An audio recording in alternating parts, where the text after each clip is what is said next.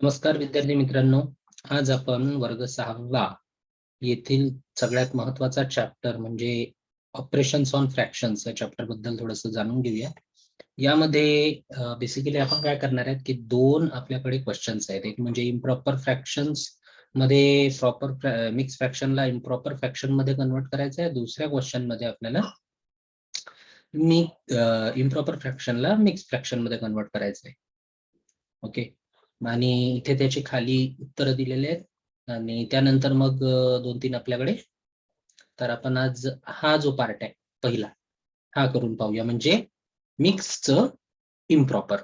ठीक आहे, मिक्सचं इम्प्रॉपर.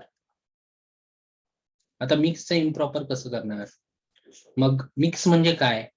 तर या प्रकारे आता हे जे दिलेलं आहे, या रचनेत जे दिलेलं आहे गणित आपल्याला, ते आहे आपलं 7 2/5. नाही, हा 7 2/5 म्हणजे काय आहे? तर मिक्स फ्रॅक्शन आहे. याचं आपल्याला करायचं आहे इम्प्रॉपर फ्रॅक्शन, म्हणजे ते असं दिसायला पाहिजे. ओके, मग आता कसं करायचं? तर पहिला प्रश्न हा आपण सोडवून घेऊया. इथे आपल्याला इम्प्रॉपर मिक्स मध्ये आहे आपल्याकडे क्वेश्चन आणि आपल्याला तो इम्प्रॉपर करायचा आहे. मग आता कसं करणार? तर 7 2/5.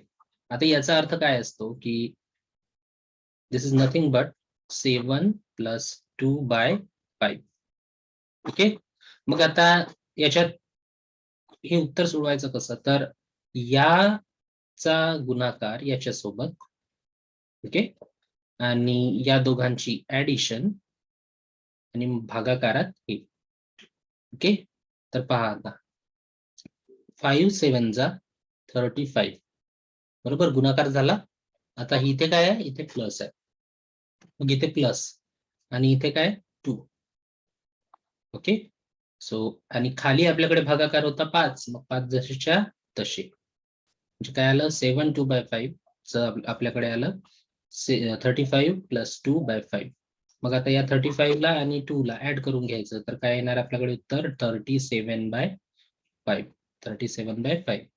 तर या प्रकारे आपल्याला पहिलं उत्तर भेटलेलं आहे. ओके, परत एकदा,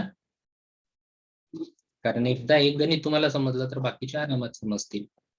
प्रश्न आपल्याकडे काय आहे? 7 2/5. 7 2/5 चा अर्थ काय आहे? तर आपल्याला 7 + 2/5 असं दिलेलं आहे. ओके, मग आता 7 चा गुणाकार 5 सोबत करायचा आहे.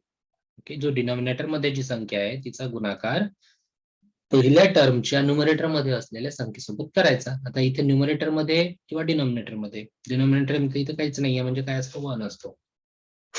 ओके, तर 5 7 मी काय घेतलं मग आता? 5 7 जा 35, 5 7 जा 35, आणि हे आपले +2 डिवायडेड बाय 5. किती उत्तर आलं? 35 + 2 36 आणि 37. 37 डिवायडेड बाय 5. सोपं आहे. मग आता दुसरं गणित. दुसऱ्या गणितामध्ये काय आहे? 5 1/6. 5 1/6. आता या 5 1/6 चं कसं? तर परत तसंच 5 + 1/6. 6 चा गुणाकार 5 सोबत. मग काय येणार आपल्याकडे उत्तर? 6 × 5 + 1 डिवायडेड बाय 6. म्हणजेच काय आलं? 30 + 1 डिवायडेड बाय 6. म्हणजे उत्तर किती आलं? 31 डिवायडेड बाय 6. तर या ठिकाणी आपलं 31 डिवायडेड बाय 6 हे उत्तर आलेलं आहे. ओके, परत आता पुढचं गणित 4 3/4. 4 3/4 चं कसं काय? 4 + 3/4. मग 4 4 जा 16. 16 + 3 डिवायडेड बाय 4. तर याचं उत्तर येईल 16 + 3 19. 19 डिवायडेड बाय 4. ओके, परत एकदा 4 3/4.